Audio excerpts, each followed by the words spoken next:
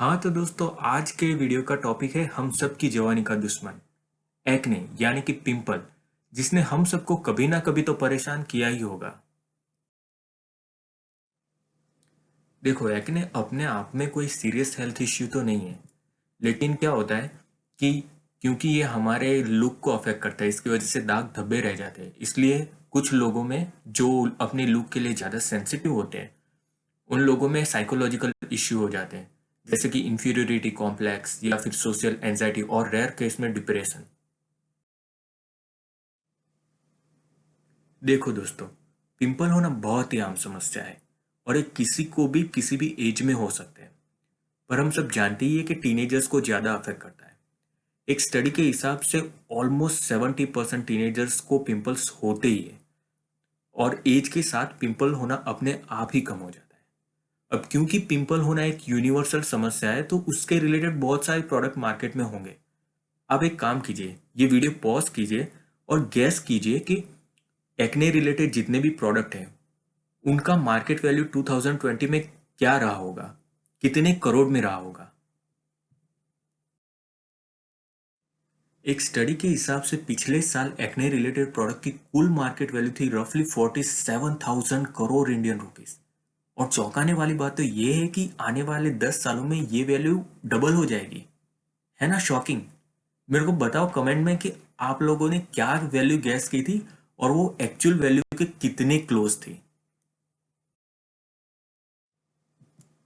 अब देखो, इतना बड़ा मार्केट होगा तो एक्ने के रिलेटेड कितनी सारी प्रोडक्ट होगी, क्रीम, लोशन, फेस वॉश, और आप कंफ्यूज हो जाते हो कि क्या लगाए कि क्या ना लगाए। और ऊपर से ये सोशल मीडिया इन्फ्लुएंसर और डिजिटल मार्केटिंग वाले, वो ऑलमोस्ट आपको कन्विंस कर ही देते हैं कि हमारी प्रोडक्ट ले लो और आपको एक्ने से छुटकारा हमेशा के लिए मिल जाएगा। तो यार, इतनी कंफ्यूजन में ये कैसे पता करें कि कौन सा प्रोडक्ट यूज करना सही होगा। देखो, सच्चा आंसर ये है कि आपको अपने आप को एजुकेट करना पड़ेगा।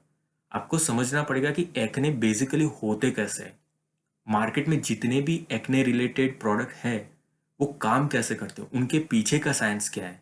जब तक आप ये नहीं समझेंगे, आपकी दिमाग की बत्ती नहीं जलेगी और आप बेसिकली अपने आप की हेल्प नहीं कर पाएंगे एक्ने को ट्रीट करने के लिए।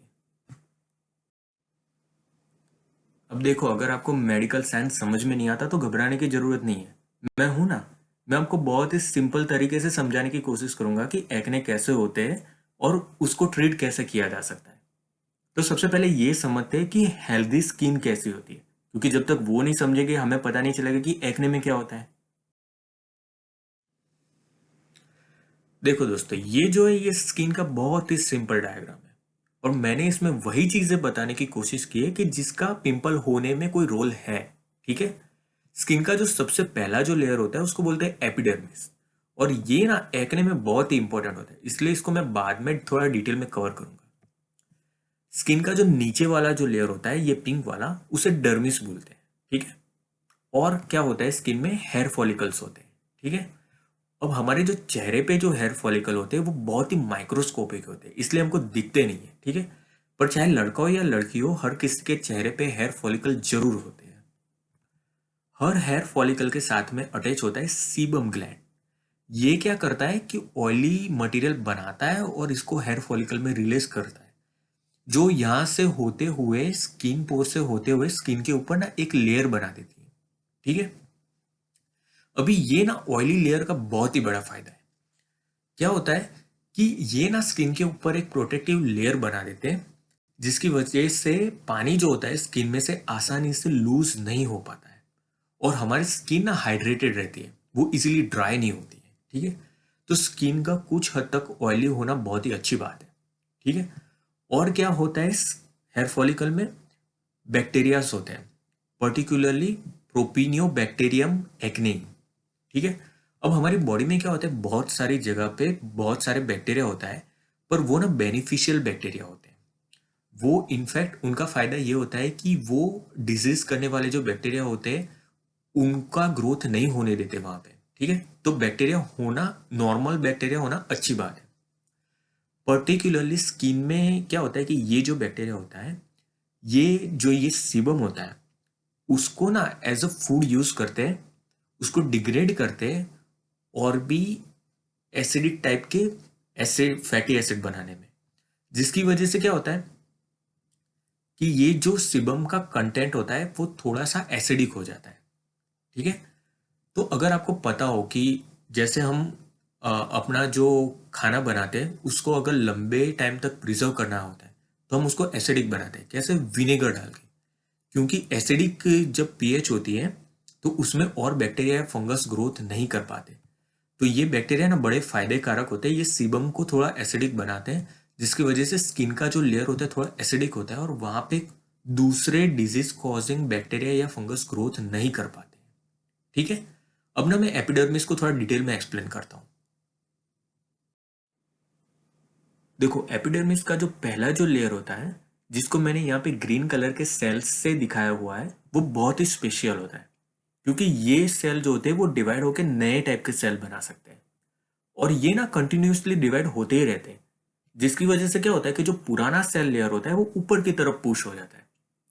ये ग्रीन सेल इसलिए भी इंपॉर्टेंट है क्योंकि क्या होता है कि बहुत सारी एक्ने के रिलेटेड या फिर एंटी एजिंग रिलेटेड या फिर एंटी रिंकल प्रोडक्ट जो होती है वो इस ग्रीन सेल पे काम करती है। ठीक है।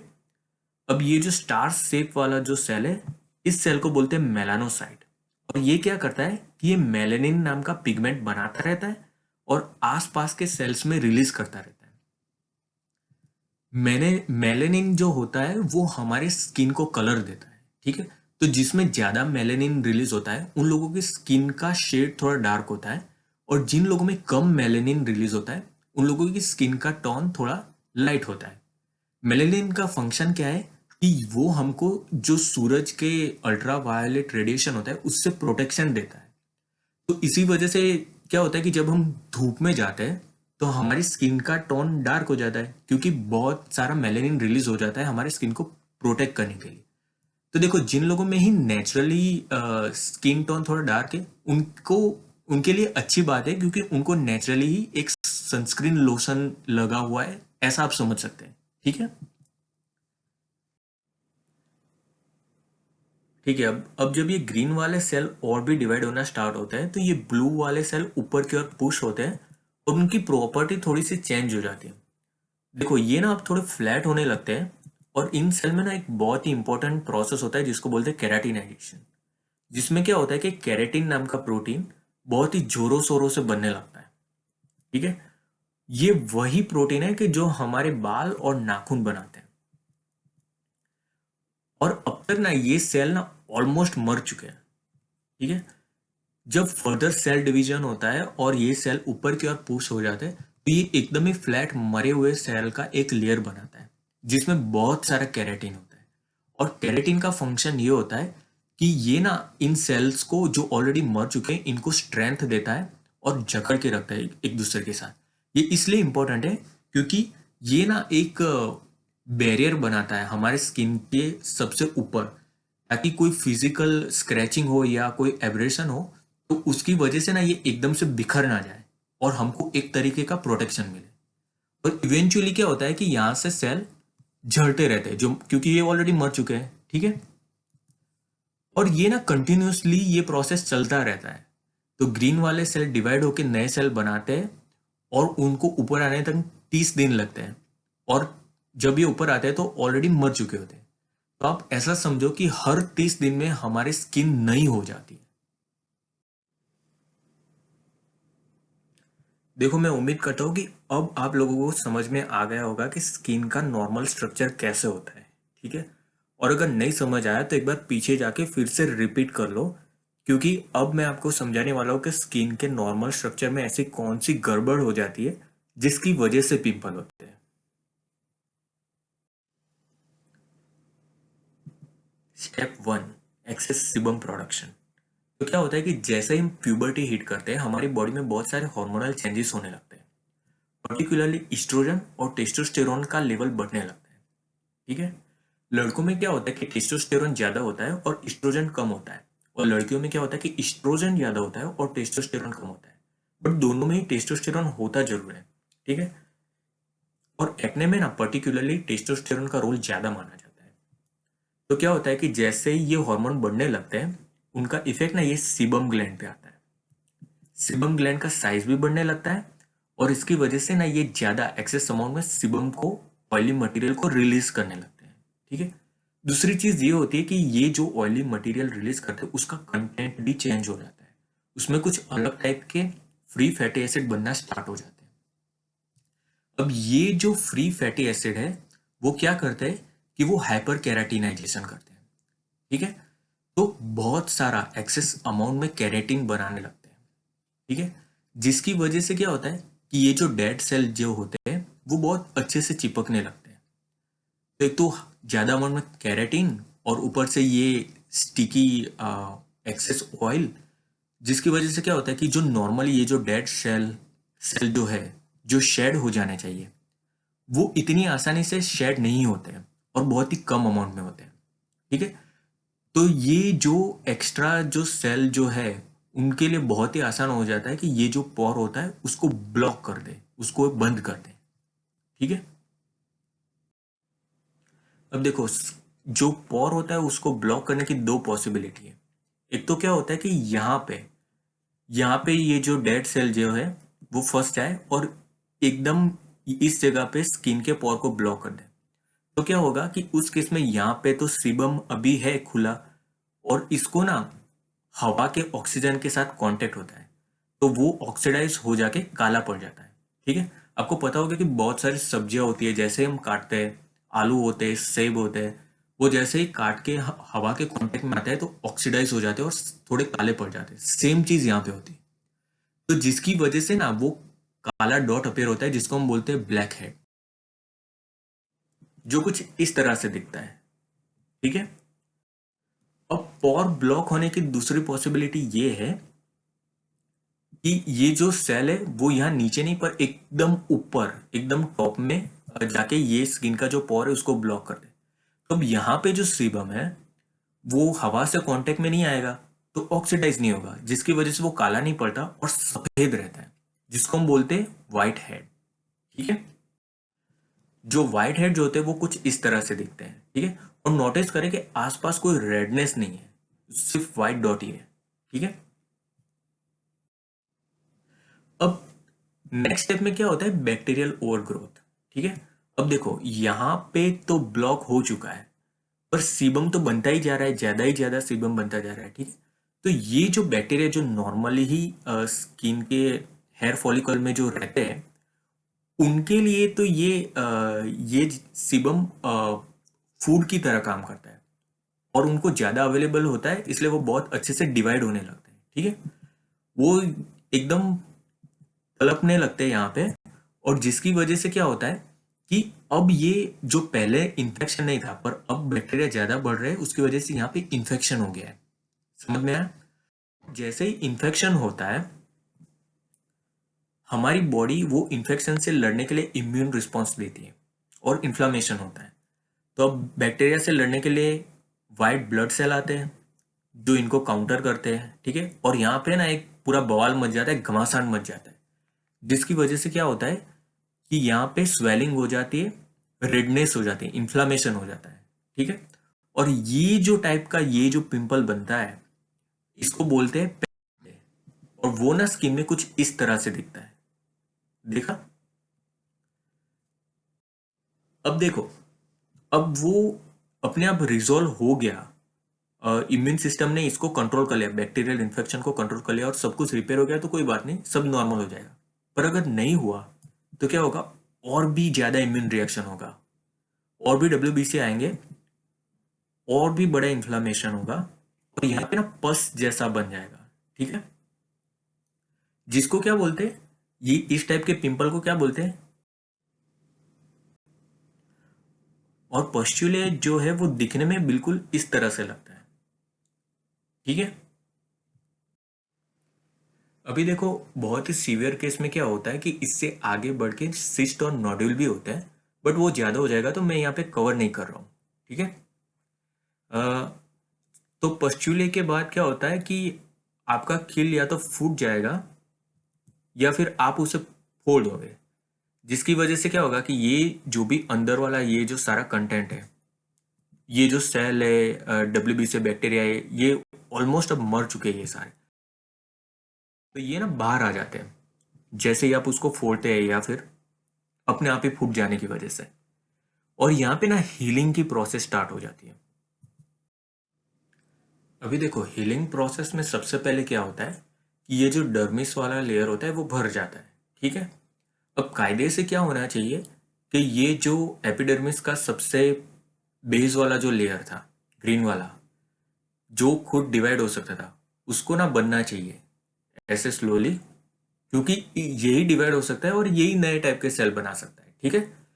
बट अभी दिक्कत क्या है कि ये ना वुंड ओपन है, मतलब यहाँ पे कोई प्रोटेक्शन नहीं है, तो इसकी वजह से कोई भी बैक्टीरिया, फंगस या फिर वायरस अंदर आ सकता है और इन्फेक्शन कर सकता है।